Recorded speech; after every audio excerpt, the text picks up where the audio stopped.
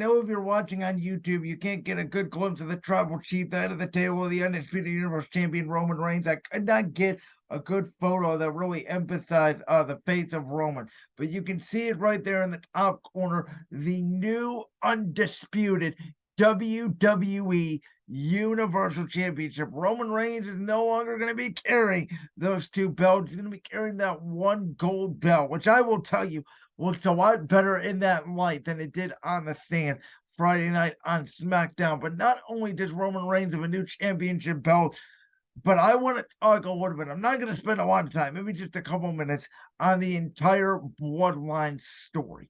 Because if you're in the media industry like I am, and you guys know, obviously, I do this podcast. I talked about a lot how I do this podcast today. Obviously, you are listening to it. You guys know I'm a writer as well. I've written for a lot of different places. I've done a lot of podcasts, a lot of writing. I've done so many different things, video editing. I've done a lot in the media industry already at my young age. But storytelling, and this is where writing sometimes gets me, because when I'm telling a story, whether it's a feature story on an athlete, or even in the transportation industry where I work my full-time job, whether it's a news story or a feature story or an editorial, a column, anything I write. I believe written is a story, and I believe video and talking is a story, and that's why I try to tell you guys stories when I do these podcasts and really just give my unfiltered take. I've been really a proponent of just going on here and ripping. I've never really had a script. I've had facts to back me up, but I've never had a script. I just kind of go where my mind kind of floats and we get to my points. But when storytelling is at its finest is when you don't know what's going to happen next, or you think you know what's going to happen next, but you don't really care because the story is so great. And between Roman Reigns, when he started as the Universal Champion in August of 2020, to Paul Heyman, to bring in Jey Uso as the right-hand man, to bringing in Jimmy Uso when he recovered from his torn ACL, to the Usos winning the Undisputed Tag Team Championships, to the rift between Reigns and Paul Heyman over Brock Lesnar, to then Paul Heyman siding back with the head of the table, to then Solo Sikoa entering the Bloodline, to Sami Zayn entering the Bloodline, and now the new championship and the dissension of the Bloodline. We have never seen storytelling like this in WWE. A story that can still draw ratings. SmackDown, when it comes out, the ratings may already be out by the time you listen to this podcast on Tuesday. The time I'm recording this on Monday, the preliminary ratings for SmackDown on Fox Friday night was about 2.5 million, which is a monster number for the initial ratings. It could get bumped up to 2.6, even 2.7. And I'm going to imagine around there or up, especially for this 1,000-day reign. People for years, for about a decade, said Roman Reigns was not a draw in WWE in 2015 when he won that Royal Rumble. I was one of those people that booed him against Brock Lesnar at WrestleMania 31. I was one of those people that booed him against Triple H at WrestleMania 32. I was one of those people that booed him against The Undertaker at WrestleMania 33. I was one of the people that booed him against Brock Lesnar again at WrestleMania 34. One of the people that booed when he defeated Brock Lesnar at SummerSlam that same year to win the Universal Championship, when I wanted Braun Strowman to cash in, when Strowman was white out at that point with the Money in the Bank briefcase. But Roman Reigns, who never really found his footing after he came back from his battle with leukemia, had a decent feud with Baron Corbin.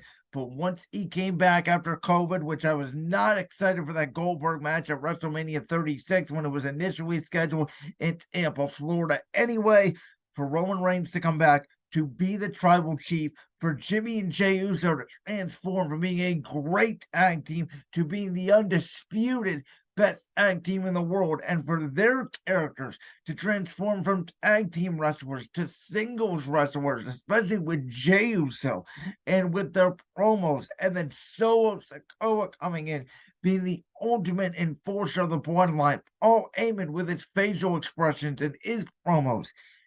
Everybody has played this part perfectly, and it's why I was so adamant I did not want Cody Rhodes to dethrone the tribal chief at WrestleMania 39, because that right there, this right here, is the story of Roman Reigns. And I've been saying for the last couple of years, I really want Jey Uso for it to come full circle. Reigns' first title defense was against Jey Uso, his last title defense being against Jey Uso. Jey Uso dethroning the tribal chief. Well, as Chief Content Officer Triple H would say, that is best for business. I don't know where we're going with this storyline, which is so great about it.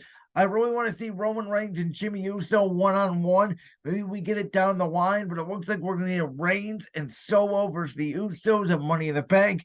And no matter what match they book these guys in, whether it's single with all, four of them fatal four-way, whether it's tag team, whether it's a handicap, whatever it is, they will make it work.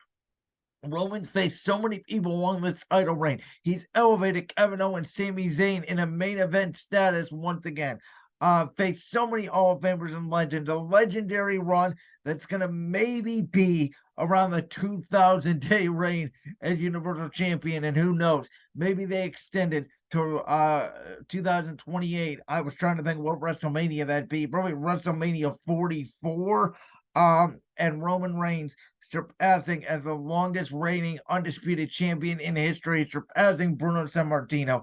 I don't know if they can keep that up, but if anybody can, if we can get to WrestleMania 44, it would be this storyline. I don't know how they do it, but the storyline's incredible. Got to give kudos to WWE. They're on fire right now. The wrestling business is on fire right now, and this is why, because of the number one angle in the sport, aka the Bloodline. You like that clip from the Brand's World Podcast?